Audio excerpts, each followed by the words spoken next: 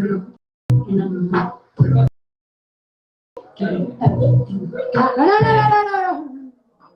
yeah, kids are here. I forgot. Hello fam, welcome back. I'm Wongel Zelalem. For those of you new, welcome. Feel at home. And for those of you who are coming back again, thank you so much for coming back. Today I want to talk about Cardi B. When WAP came out with Megan Thee Stallion, I talked about it on my Instagram. For those of you who don't follow me on Instagram, kindly, please do go to my Instagram and check it out. I did a video on WAP when it first came out, and they were saying it's female empowerment. And I was like, sit down. What kind of female empowerment is this? What are you empowering me to do? Like, it was not for me. Let's just say, I'm sure it empowered somebody out there, but not me. So I was talking about that, and fast forward now, this when was it, like a week ago or something, Cardi B was under fire. Why, you ask? Because she was on live, I believe, and then she was dancing to WAP or something, and then her daughter runs in the frame. She sees her, and then she turns off the music, and she's like, oh no, like nothing to see here. And people are like, wait a minute, you made this music, you were telling us it's female empowerment, and our daughters were out here on TikTok dancing to this music, and you wouldn't even let your daughter listen to this. And then she came out and said, yeah, I don't, that she's a kid, this was made for adults and stuff. But she knows that kids were dancing to it, making TikToks to it, and it's a known fact. A lot of people were talking about it. I was talking about it when it happened, and we were saying how, what are you teaching the next generation? And it was just, like, I like Cardi, by the way. When I'm saying this, it's not because I dislike her. I actually follow her on Instagram, and I like her, and I think she's funny. I think she's hilarious. I like her character. I like her as a person, but not this extra stuff. Like, if it works for her, good for her. And it did work for her, because it got her to where she is right now, and she's making it big in the industry. It's good for her. It's just not for me. That's all I'm saying. But I like her as a person. But the hypocrisy. Do you see the hypocrisy? When she made it, she was talking about its female empowerment, but she wouldn't let her daughter hear it. But she had no problem when those 13, 12, 10-year-olds dancing to it. She did not come out and say, my music is for grown-ups, so no, kids don't watch this. She never said this. But now when she's under fire, she's saying, no, my daughter is off limits. She's a kid. I make it for grown-ups. But come on, Cardi, you knew.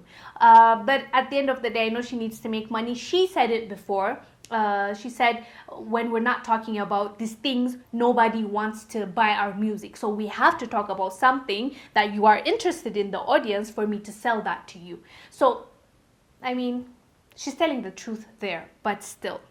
The hypocrisy is clear, and hopefully now that she's a mother, she can really, I don't know, look at herself and say, okay, once Culture is on, her daughter's name is Culture, when she's on the phone and she sees me doing this thing, she sees her mom doing this or wearing this or saying my language, when she hears that, am I setting up the right example? And hopefully, if the answer is no, she changed it.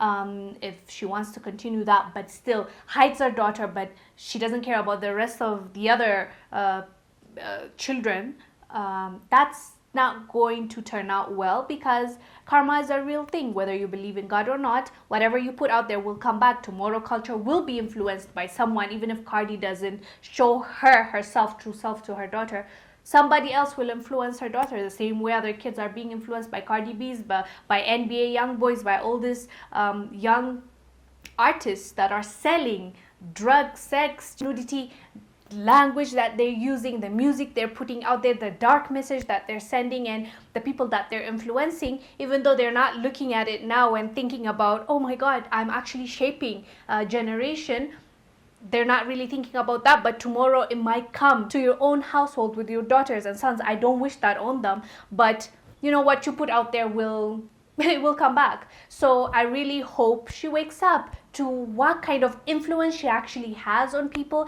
and really uses that for the positive, That's what I wish for Cardi. But at the end of the day, she's a grown-up. She's going to make her own decisions, and she's living her own life. So the only thing we are in control of is ourselves, and we have to shape our kids. We can't depend on these artists to shape our kids, or just give them the phones and be glad that they're on their phone, they're not bugging us, and we're like, moment of silence. No, you don't know what they're doing on their phone. Track that phone. Make sure that you block some things that you don't want them to see. And I know it's snooping. I know they want to believe that they're grown-ups and they don't want anybody to see what they're doing, and they have rights when it comes to certain things. But until you're 18 and you're living under my house, my rules, but you don't be too strict too. That will push them away. To just try to read more, to balance everything, to know better, to raise the next generation to be better than us. That's all we wish for, right? For our kids to be better than us. Yeah, guys, I just wanted to come and point out the hypocrisy with Cardi B. Do let me know down below what your thoughts are about her not letting her daughter listen to WAP when she wants us to listen to it and feel empowered. Let me know down below. I'll see you on the next one. Bye.